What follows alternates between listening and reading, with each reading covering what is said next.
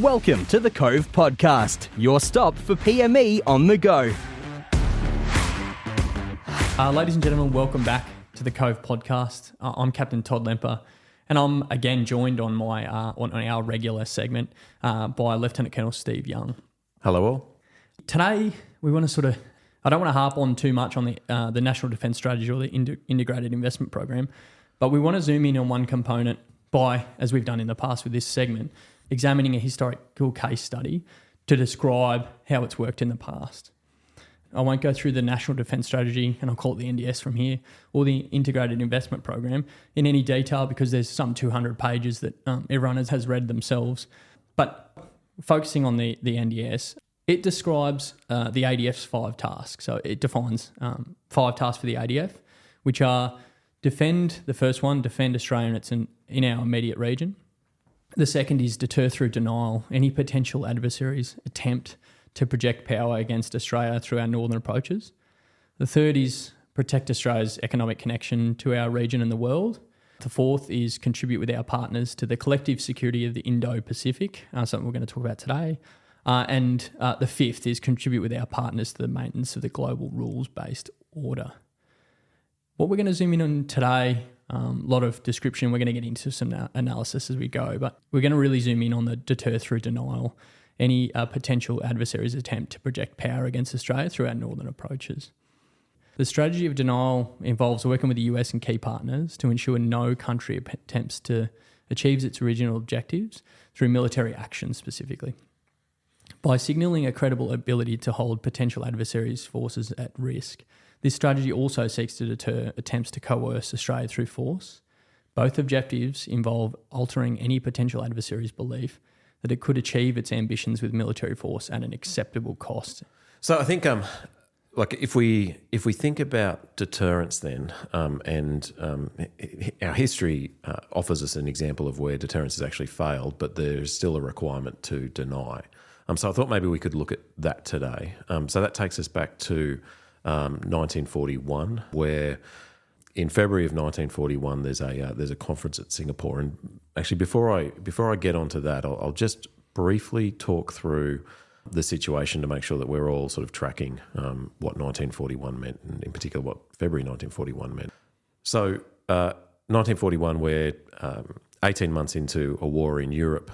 Germany has conquered France, the Low Countries, Belgium, and the Netherlands, and has lost the Battle of Britain, but are still very much retaining the initiative through the Mediterranean, along with the Italians. For Australia, that means that we have sent the vast majority of our navy, consisting of some cruisers and destroyers, to the Mediterranean to fight as part of a combined fleet. Our army, we've got 2 divisions in the Middle East. The Battle of Tobruk is yet to happen, but we're sort of gearing up towards that. The Africa Corps, Rommel's Africa Corps, is moving into North Africa fairly soon. The battle around Crete and the like take place through 1941. So the nation's focus and the Allied focus is very much on defeating Germany and Italy. But in the Pacific, there's been a significant war waged between Japan and China since 1937. So that's been going on and consuming things. So the European-based powers, and I include Australia and New Zealand as dominions as part of that, are concerned that something is going to happen with Japan. So in February of 1941, they hold a conference in Singapore where they try to work out what they would need to fight a conflict, and they also try to talk through how they might coordinate action. So who is they? You have the Dutch East Indies, Netherlands East Indies, I should probably say. They are the colonial occupying power for the territory that is now Indonesia. You've also got the British in Malaya and Burma and India as well. And then you've got the Americans sort of on the periphery, trying to stay out of a war, but also by this time we've got Lend-Lease. Roosevelt's arsenal of democracy strategy is coming in, where they are actually building the arms to help the Allies. They face a problem, and the problem is one of resources. You've got, obviously, Britain with Churchill desperate to make sure that the British Isles don't fall, and still very nervous about that. And there's a whole series of exchanges through 1941 between Australian Prime Ministers and Winston Churchill about where the priority lies. And you see basically Australians trying to pull more British assets out of the Mediterranean and into the Indian Ocean and the Pacific, and Churchill pushing back on that. There's a great quote in there where I think Churchill basically says something like, "We are going to protect you, and if Australia was actually threatened, then it would take priority over every other effort in the war, with the exception of defending the British Home Isles." But he also says that Churchill also says that he can't foresee where Japan will ever actually threaten to invade Australia, which he was probably right about that. So that's the sort of setup, if you like. And if you read through the official histories, in particular for the Singapore conference, this is in February 1941. They start identifying that they need more planes, more troops, and they start to look toward collective action to try to help them. So they convince the Netherlands East Indies administration to commit to a collective security pact, essentially, where if one is attacked by Japan, then the other will come in. We've got to remember that this is pre-Pearl Harbor. Nobody knows exactly what the US is going to do. It is a live possibility that Japan could attack the European colonial powers, being Britain and the Netherlands and Portugal with their Timorese holdings. Japan could decide to attack them and not attack the US. And it's an open question as to whether or not the US would actually come in that event. So they kind of get to that point where the Netherlands say, yes, we will help. We will help with some of our aircraft. The Netherlands East Indies actually does have a reasonable sized air force, albeit that there's some problems with supply of parts and the like for some of their aircraft. In particular, funnily enough, they're no longer getting German parts for their Dornier flying boats out of Europe. The quid pro quo, though, of that guarantee is that Australia will assist the Netherlands East Indies in the event of war. So I suppose faced with the uncertainty of, we talked about Churchill's promise, but there's still some uncertainty in the Australian government about how much support we're going to get from the British and how quickly that's going to sort of arrive. We switch focus to cooperating with the Dutch to get the support in that way. But you're saying that we're still not sure about how that relationship's going to play out. Yeah, well, I think it's a problem of everybody has a desire to stop any Japanese assault. We know that. There is... So as we still know at this point that the Japanese, are they committing to the north or south, or what's their intention is unknown? Pre-Pearl Harbor. It is unknown, but the fundamentals for Japan are that they are fighting a land war against the Chinese. They are short on resources. Both the Americans and also the Australians are starting to turn the screws on the supply of raw materials, oil and iron in particular. And so that means that they are looking for somewhere, and they're looking for somewhere to gain resources. And they then they telegraph their wider intentions in the middle of 1941 by insisting on the occupation of French Indochina, so what is now Cambodia, Laos, and Vietnam. Japan comes in and occupies it from the defeated French. And while the French aren't happy about it, essentially they can't do very much about it. And so at that point, you have Japanese forces just across the water from the Malay Peninsula. Okay. So I suppose that's the situation more general, but if we zoom in on, and to use the cliche term, situation specific, I think it's important, and I'm going to bog it down for a moment just to acknowledge the source that we're going to use, and I'll put it in the show notes, the sources we're going to use today for any further reading. But we're going to rely heavily on the Ambon. It's a dissertation, a PhD dissertation written by David Evans, and it's called the Ambon Forward Observation Line from 1941 to 42. The reason why I bring that up is not only to acknowledge the author, but I think we're about to go into a point where we're going to argue about a few different things, and I think we need a little bit of context. I'm going to ask you a few questions about some definitions before we go forward. But so for this specific region, and this specific context, what is the Australian War Cabinet responsible for, and what is it comprised of? He uses that a number of times throughout his dissertation, and a number of the histories do. What does that organisation do, I suppose, in this context? Okay, so I'll try to answer this briefly because there's probably better sources than me on it. But look, the war breaks out in 1939. Menzies is the Prime Minister at the time, and he invites John Curtin, who is the Labor opposition leader, to form a bipartisan government for the purposes of fighting the war. Now, that's not unprecedented. Churchill does that with Clement Attlee in Britain. Curtin, the Labor opposition leader, refuses. He basically says that there is still a role for opposition, even in wartime within a democracy. But Menzies still wants to have some form of bipartisan council over the top of war actions to approve and discuss various war actions, so that you don't necessarily get the cut and thrust of domestic politics interfering with fighting a war. So Curtin agrees to that. Now, Menzies at the time is actually in minority government, so this is important because Menzies heads off to the UK to actually be the Dominion of Australia's representative in Britain at the time. He thinks that that's the best way that he can contribute to the war effort and also control the contributions that Australia is making by being in London. So he spends a lot of that 1940 and 1941 in London. So much so that his government actually falls. He's in minority government, and there is a switch of allegiance that occurs later in 1941, where Curtin actually takes over. That's where you get the wartime prime ministership of Curtin. But that bipartisan body is controlling the efforts of Australia at war From a political standpoint, I suppose. From a political standpoint, yeah. But they're informed by the chiefs of staff, yeah. And that was my lead-on question. You've already awesome segue. But the chiefs of staff, how does that work in comparison to now? We have like a CDF and chief sort of each service. How do the chiefs of staff, and plural as they're described throughout the dissertation and the histories, how does that work?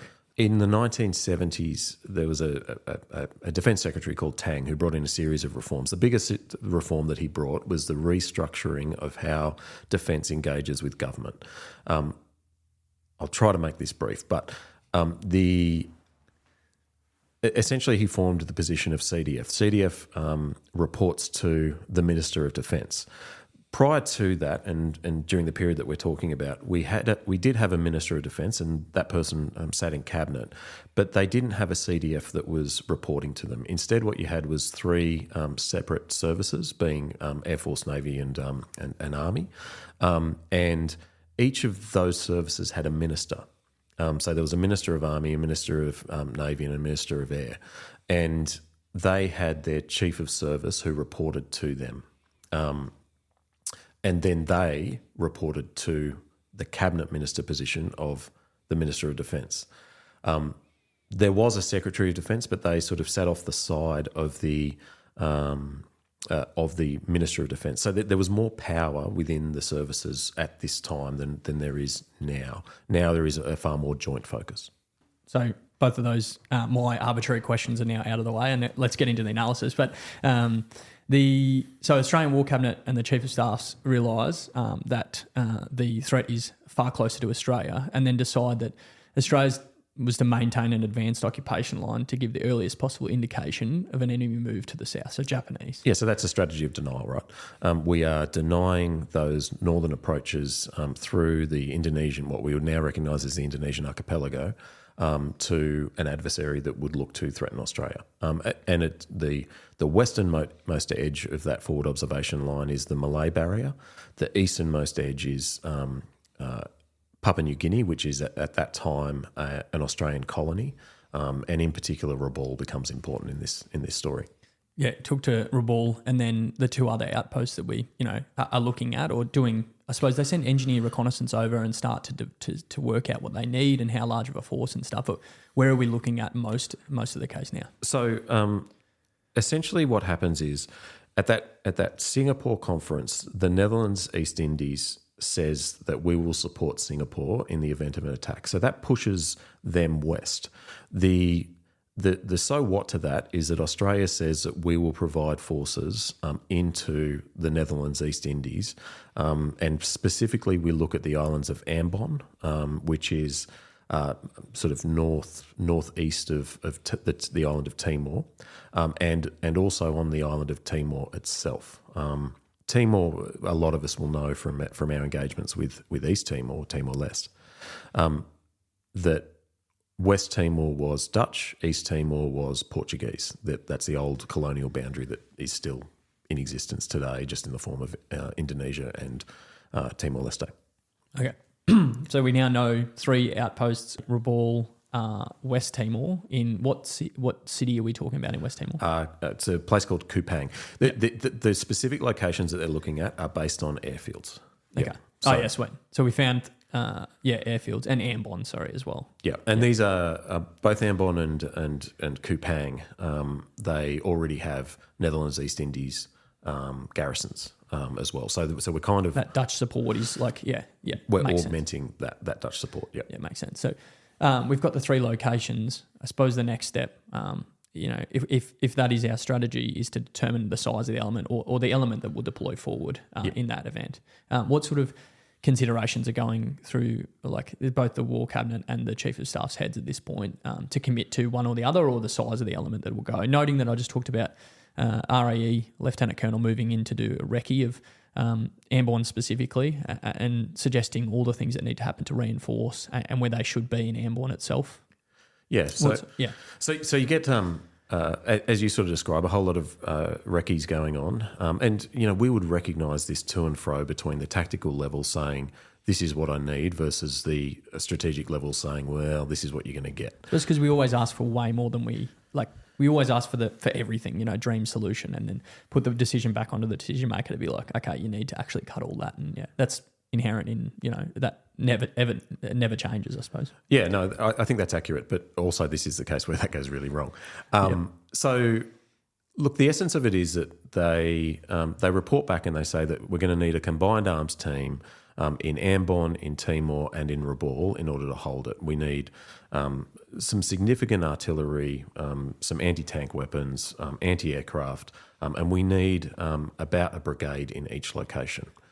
Is the rough planning that they sort of pull out and talk to.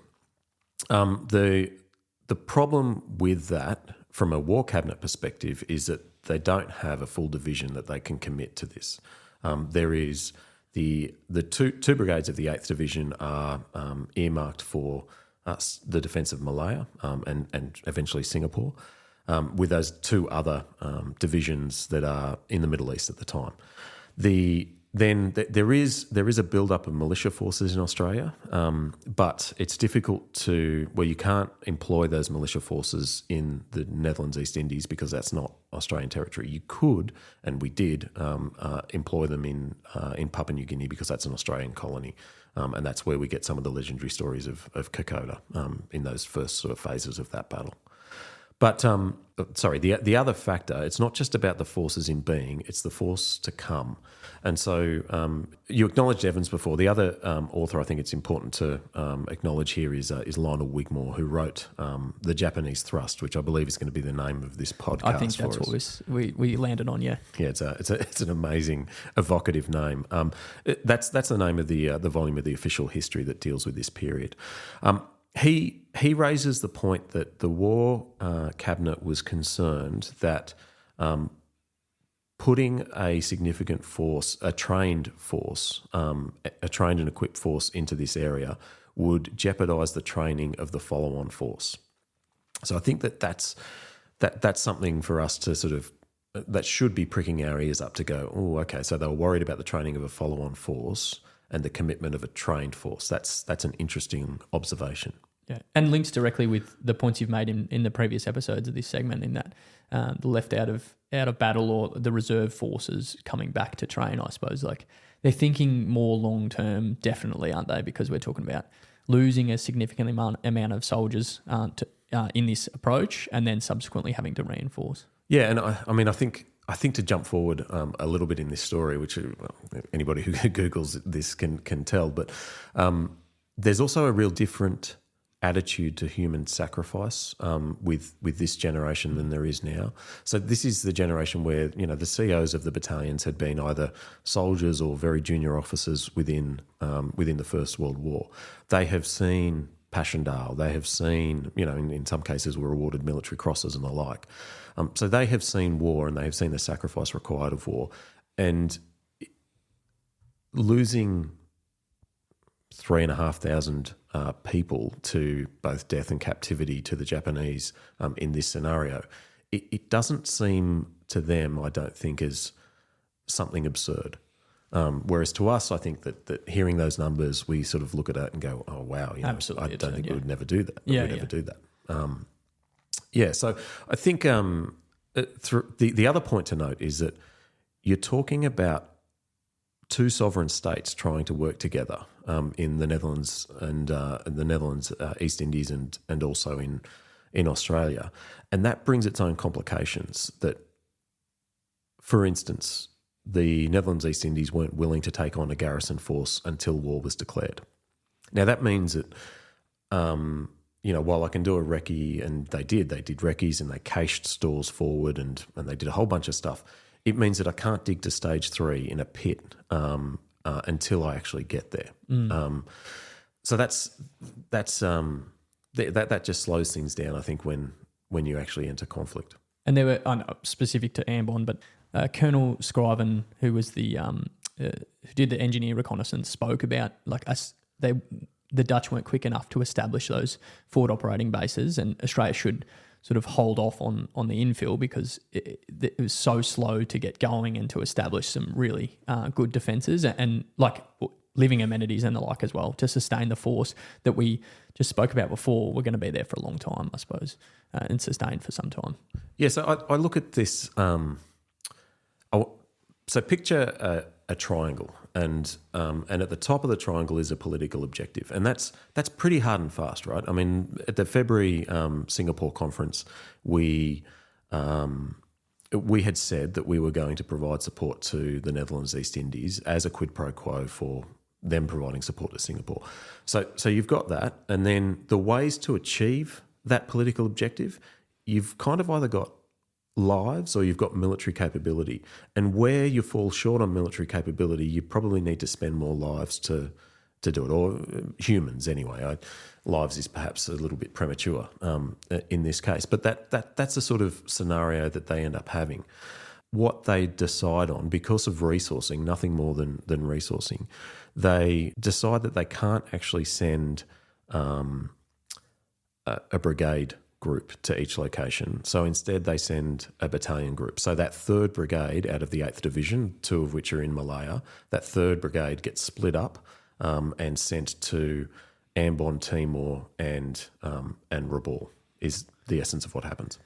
And you say battalion group, but I'm going to make the assumption that it's much the same as a battle group in this current context. It's just a combined arms effort, sort of. Yeah, we would very much recognise what they've done.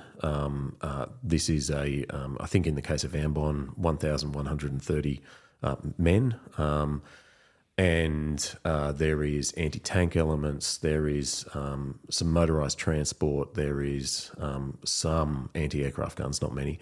And there is very, very little artillery for the 6 to 8 weeks that they're actually in Ambon. It's a story of the CO writing back saying, "I need artillery, I need artillery." Now the other thing is he's not asking for world class 25 pounders at the time. He's asking for 18 pounders, which are the old World War I vintage artillery, and we're not even able to provide him with that. It's a problem where the capability and the resources are not capable of meeting the political intent. Okay. And I suppose we talked about the looming threat, but the enemy analysis sort of talks to a division of Japanese advancing. A division of Japanese is what's referred to. And now we're sending a battalion group to Timor, Rabaul and Ambon. What looms then? So I mean, to use modern parlance, this is an integrated force. This is a joint integrated force, and the theories of air power at the time was that, and it still is, although it's more refined now, is that air power can substitute for a lack of land and a lack of naval power.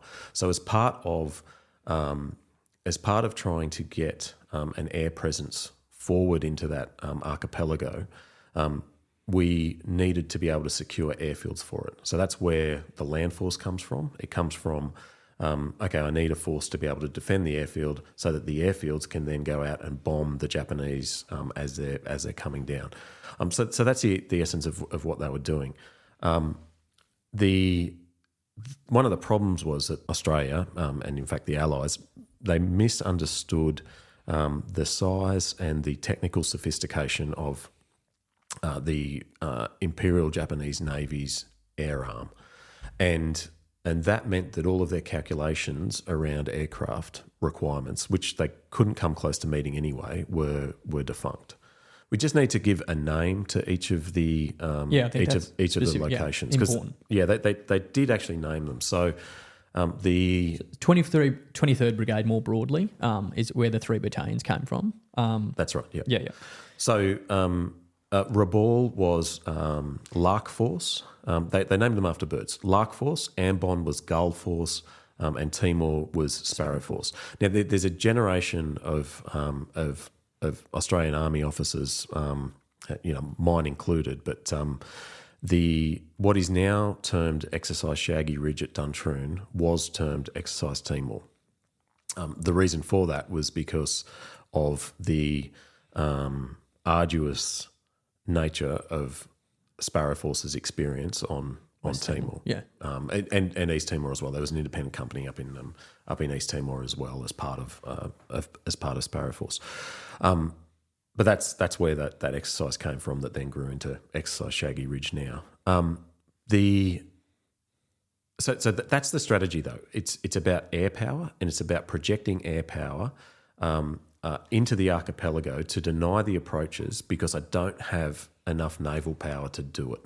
Australia at the time only had 2 cruisers, 2 heavy cruisers, and the Sydney had been sunk, so 3 light cruisers plus some destroyers. The Dutch had some cruisers and also some submarines that gave fantastic service, but again, nothing compared to what Australia and the Dutch East Indies were about to encounter. So, 2nd 22nd Battalion infills as Lark Force into Rabaul. 2nd 21st Battalion became Gull Force and sent to Ambon.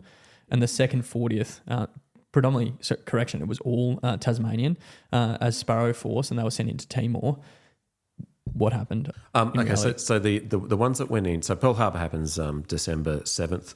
The forces that go into the Dutch East Indies, they go in like the week after. They start sending what we would easily recognise as an advanced team, and they get in there, and by mid-December, they're working out how they're going to defend these locations. They've done recce's, they've got some stores cached. The guys in Rabaul have been there for longer, and in fact, the US has shown significant interest in Rabaul. Simpson Harbour in Rabaul is an amazing location, and it's not by coincidence that it becomes the centre of the Japanese headquarters and the centre of the Japanese effort in the South West Pacific once they actually take it. So we move in there. The best coastal artillery that we've got is some coastal guns, 6 inches, guns, yeah. which is a gun the size that is on a light cruiser at the time. They're World War I vintage again. They've got some of them in Timor, and they've got some of them in Rabaul as well.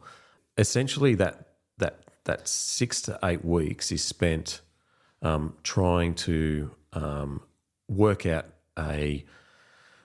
where it is a Japanese force might land, and how you would actually try to repel it. The interesting thing is that there is thought given to how you might evacuate, but there isn't a lot of thought given to how you would protect that evacuation from the sea, in terms of what's the air power or what's the air or naval power that you're actually using there. One of the things about air power is that it's not persistent. So the idea that you can protect, a few transport ships leaving Ambon, sailing south at 10 knots, 12 knots, using bomber aircraft flying from Darwin. It's probably it's not feasible. So there's a bit of confusion, I would say, around there. Singapore, of course, or Malaya comes under assault on December 8th.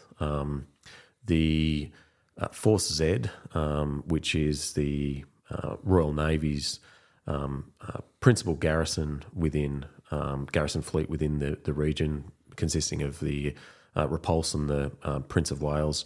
They are both sunk on, I think it's December 10 or 11, by Japanese air, basically meaning that there is no capital ships now in the region. The US is obviously their capital ships with the Pacific Fleet are to a large extent at the bottom of Pearl Harbor. So you then got this problem where you don't have significant naval power, or you are outclassed. Your Navy is outclassed. Your planes, compared to the Japanese planes, are being found wanting across the Pacific. And they're trying to work out how it is that they would actually stop the Japanese, and how's this forward observation line going to deny? So it's probably worth just quickly talking through the timeline that the Japanese events actually take, because I think the lesson here is that your adversary gets a very big say in how a battle is going to play out, and the speed with which the Japanese advanced really did dislocate the Allied forces. I think the assumption was made that more effort would be afforded to the Chinese, to the fight against the Chinese and up to the north, and then completely over. Like, that was obviously not the case in any way, shape or form, which completely, you talked about dislocation, but threw people completely off tilt. Yeah, I mean, it's called the Japanese thrust for a reason, right? It is probably the most audacious seizure of territory in human history over a course of only a few months. So Pearl Harbor happens the 7th of December, 1941. At the same time, the Japanese land in the Philippines and also in Malaya. Then they move on. So Rabaul is taken and captured on the 23rd of January. So that's 7 weeks later. They're taking Rabaul. At that same time, they've also already started landing in northern Indonesia. And they land in Borneo and basically take all of Borneo between the 11th of Jan and the 10th of February. So it doesn't take them very long then. They move down and they take the island of Ambon on the 31st of January. And by the 20th of February, they're in Dili and Kupang in Timor. So this is a period of 10 weeks from Pearl Harbor and holy shit, I need to deploy to the Dutch East Indies, and I need to dig in, and I need to get ready. 10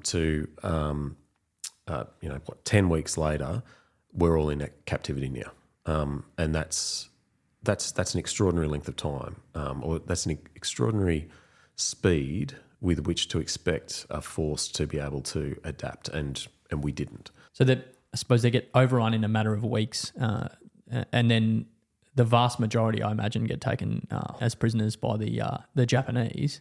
How successful was the denial, I suppose, if we go back to that original argument? Yeah, so it wasn't, right? So, but it's a vexed question, because so we can sit here and critique, say, Gull Force. Why would we have sent 1,100 Australians to Ambon only to be surrounded by, captured, along with all of the massacres and everything else that happened, by 25,000 Japanese? That was the estimate of what landed on the island. So it's a 1 to 25,000 mix. Like that was never obviously going to go well. But the support that we showed to the Dutch East Indies also meant that the Dutch East Indies fled their homeland with their merchant shipping and the like, and their cruisers and their submarines to Australia. Now, maybe they had nowhere else to go, that's fair, but it did form some sort of bond where that nation felt that they would come to Australia. Now, why is that important?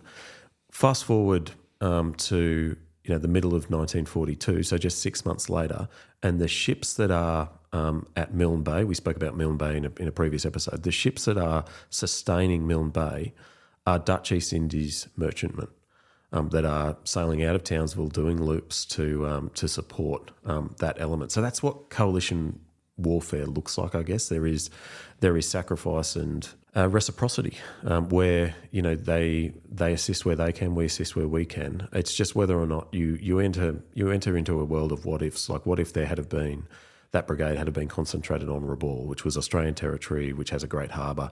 Could they have held?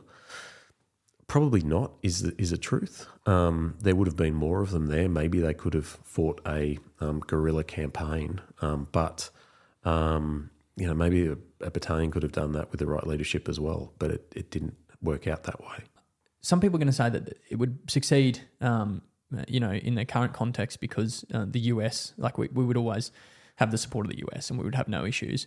And we talked about the difficulties in assuming or definitely guaranteeing that we're going to have the support of another nation. What sort of, the question is that we do the same thing now, but we have unlimited US support. How do you think that would play out in that context? So the phrasing that I'd use is that it's easier to see at the moment how our national interests are aligned to the US's national interests. So it's easier to see that, whereas in 1941, our national interests as Australia weren't aligned to Britain's national interests.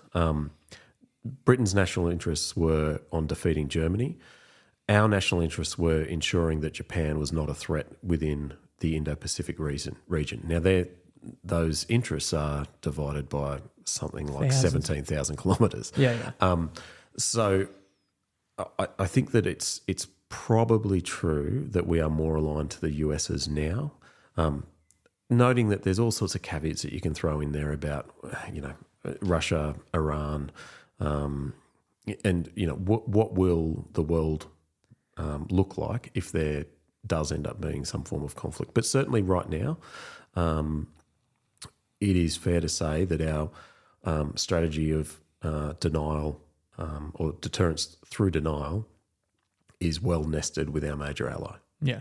So that deals with, I suppose, the coalition, and we're assuming there's far more support now. But on the flip side, by the time the forward observation line was to be established, Australia, or more so the coalition, was already committed across the globe and was already spread incredibly thin. You talked about how long, or that we didn't get the opportunity to prepare defences in any of the islands to the north. But if this were our main effort and this were the only thing we were fighting on, it never works like that. But how do you think it would have differed? So I think that some of the similarities are the political requirements to commit military forces will remain. So that is probably a similarity that you can draw upon. I don't know what exactly that looks like, but the idea that we would not, like if the government decides that we're involved in a conflict, the idea that we wouldn't then commit military forces, including land forces, as part of that somewhere, I think that's probably a definite. The other point would be that resourcing is always going to be challenging, and coming off the base that we are on right now, like the idea of us losing an entire battalion group, killed, wounded, and captured, I think is really difficult for us to sort of process. Like that hasn't happened since then, actually. Yeah, I don't think there was another example after we lost Gull, Sparrow, and Lark. And Lark. Where that is no longer in our living memory. Everybody's dead who remembers that time. So it's I think that would be a journey of rediscovery, and I don't know how well we deal with that, but yeah. Necessity also, that's a human nature question, where if there is a belief that there is a requirement to do that, then most nations will do it, a la Ukraine. Yeah. Which is also common across all of the episodes we've recorded so far.